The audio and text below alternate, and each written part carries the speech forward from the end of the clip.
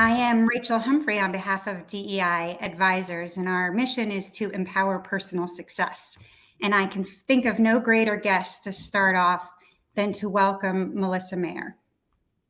Hi, Rachel. Thank you so much for having me. It's really an honor to be here and to spend time with you on this such an important topic. Well, I appreciate it. I know I told you I wouldn't embarrass you a minute ago, but I will tell you before we get started that we are not good about taking credit for things that we have achieved as women in this industry. And I want to take a second to say thank you to you. When I was transitioning from my first career as a trial lawyer to hospitality executive, I really looked to you for guidance and inspiration. And I know so many of us in the industry have. So if you will not give yourself credit, I just want to take a second to say thank you. And that will segue perfectly into telling us a little bit about your journey to leadership, from hospitality school to over 20 years with Expedia Group, such an incredible career, most recently as chief marketing officer and a lot of other titles. Tell us about Melissa. Tell us how you got to where you are today. Thank you, Rachel. So my journey actually in hospitality started when I was a young kid in Kokomo, Indiana, and my first job was at a country club. And from then, I absolutely knew that I wanted to be in the hospitality industry. So I moved across the country to Las Vegas and went to hotel school at UNLV. And that was really the perfect spot for me to learn about the hotel industry. I spent time in school and shortly out of school working in the hotel field, which I loved. I worked the Courtyard by Marriott at the front desk. I worked the Residence Inn. I worked for Hilton. I opened up Paris in Las Vegas. And then from there, I moved to Expedia, which, as you mentioned, was there over 20 years. And that was really, to me, the best of all worlds because I was still in hospitality. I was also in tech and in marketing. And I had the opportunity to, in my first role, be in account management, where I was managing relationships with hotel partners and helping them grow their strategy and grow their business. And I did that for several years. And then my first leadership role was vice president of strategic accounts. And in that role, I led our relationships and our commercial partnerships with our chain partners in our regional key accounts. And that was great experience. And from there, I've also had experience in tech and innovation, helping our partners achieve some of their goals with automation and revenue management. I've done public relations, communications, industry engagement. As you mentioned, most recently, chief marketing officer from the B2B perspective. And one of the highlights of my career was focusing on diversity and inclusion as I was the chief inclusion officer. So I've had a great journey. And really, how I built my career is looking at voids in the business and looking at areas that I wanted to grow or learn and really asking for a lot of those opportunities, whether it's to build new functions, whether it is to look at new challenges. So it's really just been a great journey that I've been on. And I love hospitality. I love the people. I have a ton of mentors, including yourself. And so it's really been a really great journey.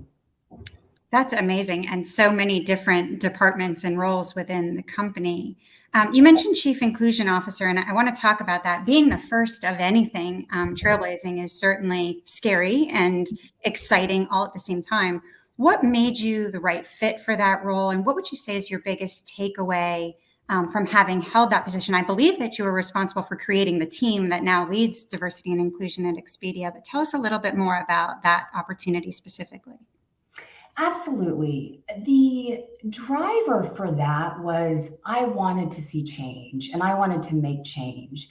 And it probably wasn't until I was leading our strategic accounts until I realized profoundly the lack of diversity within our industry as well as our company. There were endless times where I would go into a meeting at Expedia Group or with a partner, and I would be the only woman. And so I really wanted to make a difference and make a change, because I thought about future leaders, and if they weren't seeing women in the boardroom or they weren't seeing women in leadership meetings, that we would lose talent. And I wanted to make sure that, I helped pay it forward. So how it became is I we had a leadership team meeting. I was the only woman there. And after the meeting, I sat down with my boss and I said, I want to make a change.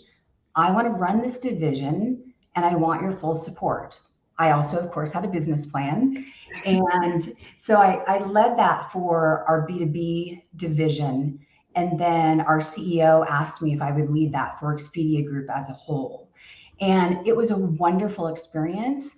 I think the takeaways for me were really, you have to have support at the top level, starting with the CEO as well as the leadership team. And you have to bring them along the journey. I remember trying to get our leadership team through the journey and understand why inclusion and why diversity is so important. And I thought, how am I going to do this? I don't want to just show them a bunch of Excel spreadsheets with numbers on them.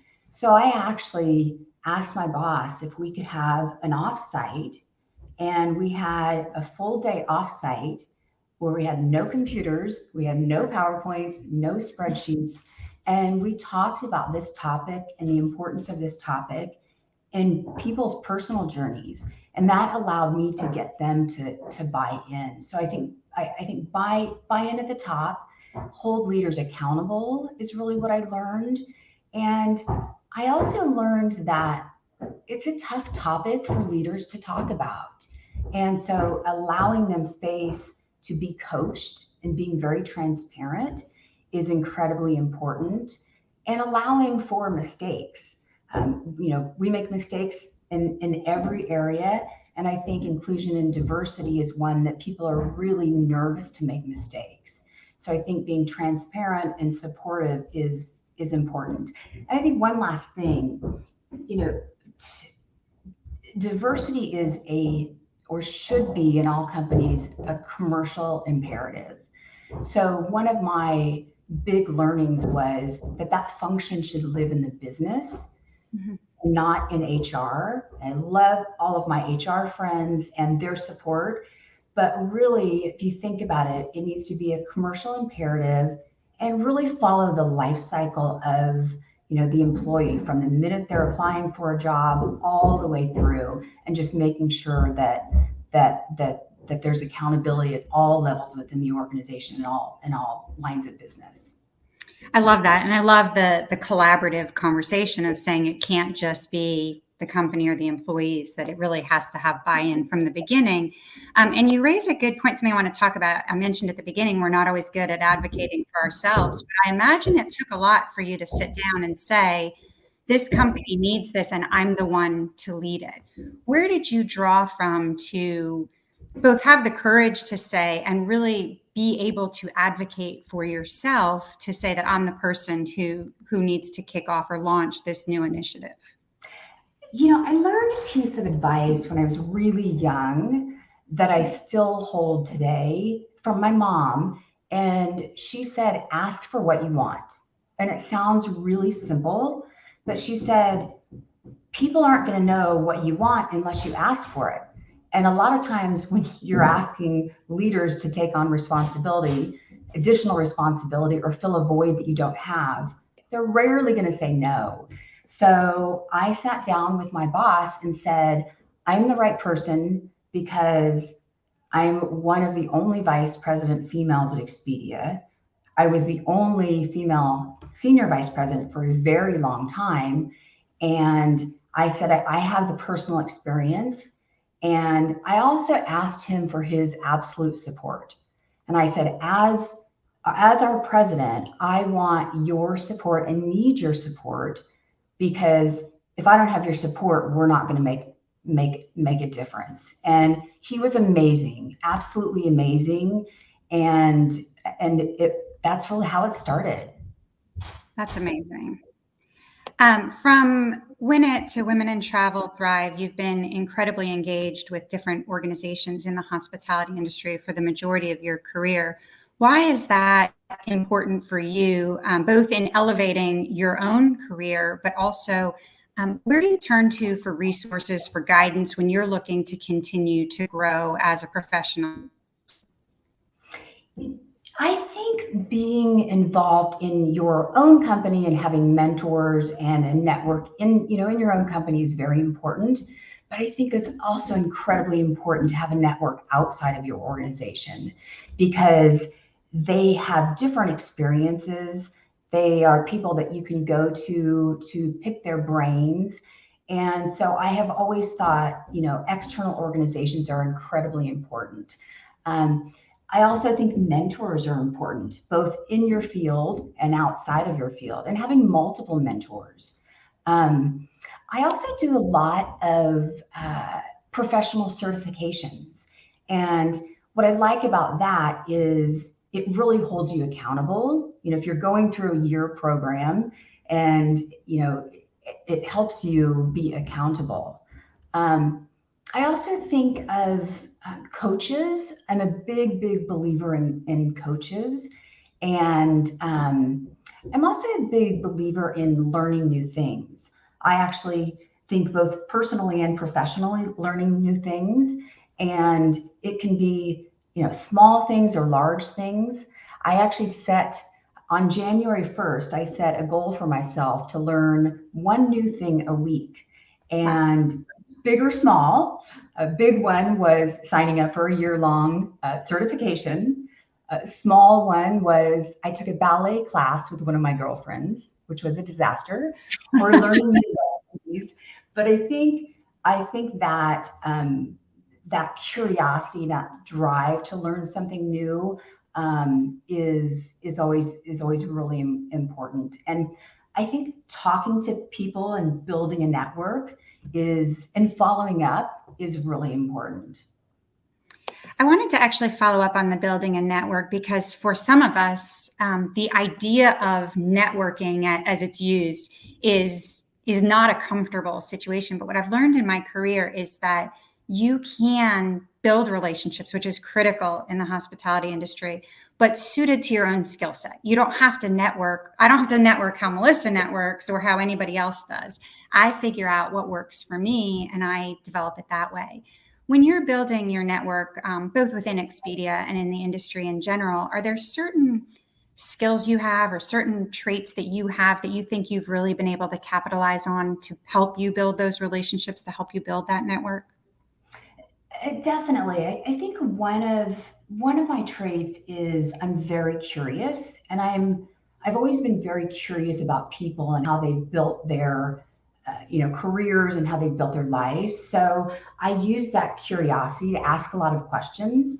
I also am a bit of an extrovert, so I'm very social. So that really helps in building networks. One of the things that I think is incredibly important is once you meet someone for the very first time, follow up. That is one of the things that I think people forget about.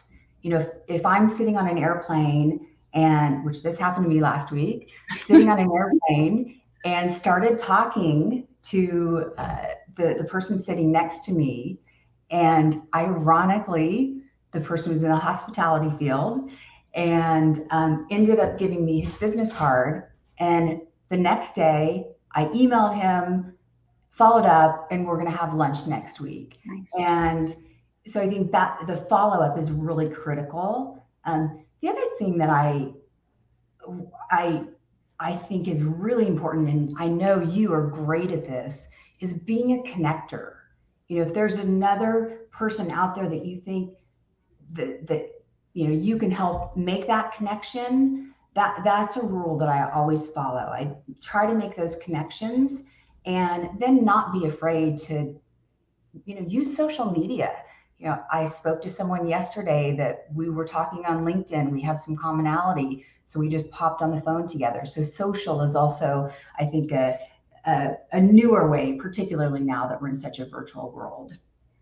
I love that because that one of the things I love so much about the hospitality industry is the relationships and is that opportunity. I think we gather more than probably any industry out there, but it's such a wonderful feeling that when you are, whether you're in person, you're over Zoom, you're on the phone, to know that you have this group of people and not just for the networking but for that continuous growth. I mean, think about during the pandemic when none of us knew what we were doing and nobody had ever been through it before. There wasn't someone you could call and be like, the last time there was a pandemic, how did you handle this? Right. And that network became critical in reaching out to everybody to really come together to get through such an incredible challenge.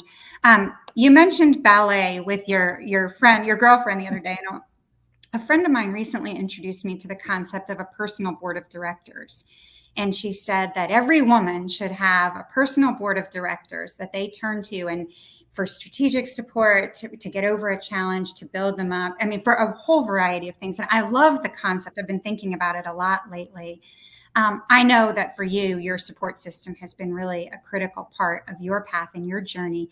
How do you identify who you use in your support system and when you call on them, or what types of things you call on them for? The personal board of directors, I love that. I'm going to start using that. I use the term posse. Okay. And when I'm looking at, a posse or a personal board of directors, I think the biggest thing is trust. And you have to be able to trust each other. You have to have someone who's on your personal board of directors who you can be vulnerable with and they can be vulnerable with as well. So trust is absolutely something that is important. And time. I think time is critical because you want to give time and receive time, and you want it to be, really helpful and beneficial. So, I want to make sure that my posse is small and does have the ability to give time. I think the other thing with support systems is, as a female leader, I have a lot of male allies, and I think that's incredibly important because if you have male allies, you get their perspective, but you can also talk to them about ways of building up women or helping some of their young leaders, things they might not be aware of. And I think that's just something that is really important. And I think one last thing, as I'm thinking about those groups of people, is people that share the same values and people that can help boost you up when you need it, or you can help boost them up. So I think sharing some of the same values is very important. I love that. And I do love the idea of not only male allies, but elevating women and other underrepresented groups in hospitality is not a women's issue. It's not a diversity issue. It is an industry-wide issue. And so it's really going to take conversation and education and commitment from the entire industry to really achieve what we're looking for. So I love that. Sometimes when we take big risks, they are not always successful. We are faced with challenges every now and then in lots of different ways. Can you tell me a little bit about maybe sometime you had to overcome a challenge, how you processed it, what tools you looked for, and how you proceeded there? Absolutely. Absolutely. There have been a lot of times where I've had to overcome obstacles or challenges. And what I have always used as a very, very key rule is to stay positive. And I think it's important to stay positive because if you go to a negative path or you start to panic, that can only make things a bit worse and hold you back. I also always ask myself that common question again that I learned very young in my career is, what is the worst thing that could happen?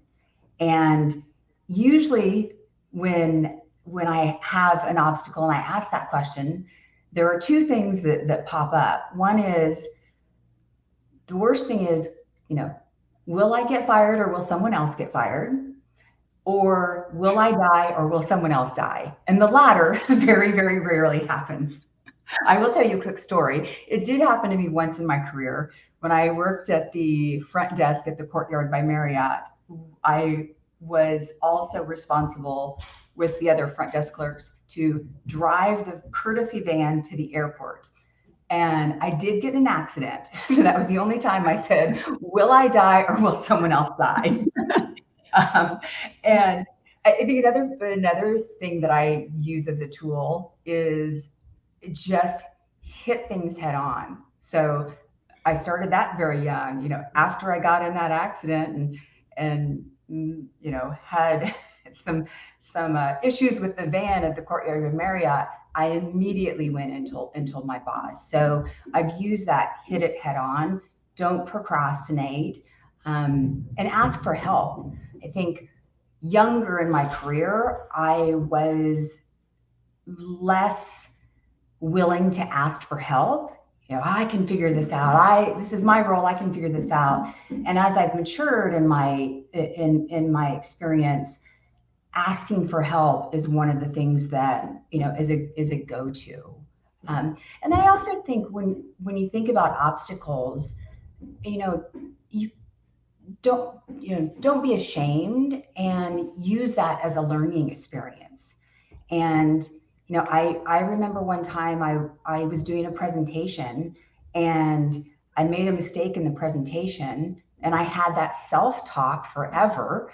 And finally, I had to sit down and say, don't be ashamed.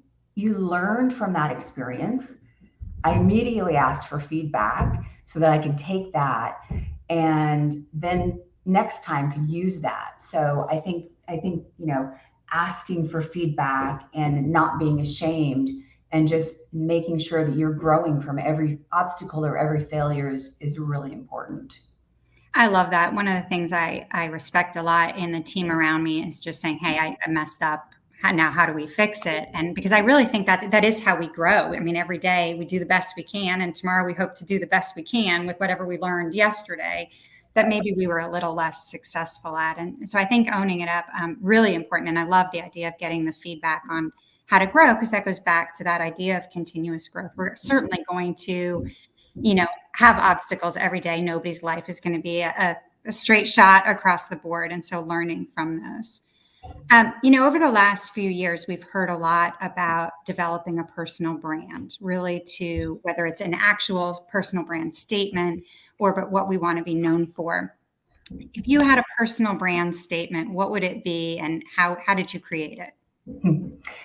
That's a tough question, but I do think it is very important to have a personal brand. I think it gives you a competitive edge.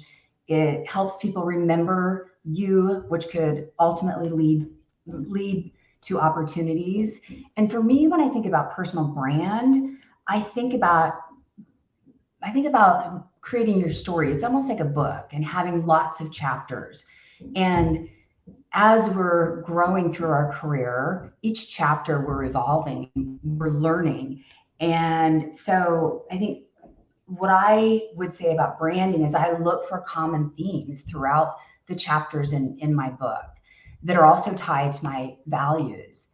So I won't give you a statement, but I will pull some words. I'll have to come back with you on a statement, though. I think some of the words that are associated with my brand is authentic and honest, disruptor, change agent, loyal, people developer, compassionate, and the last one, which I think is just as important as the rest, is fun and positive.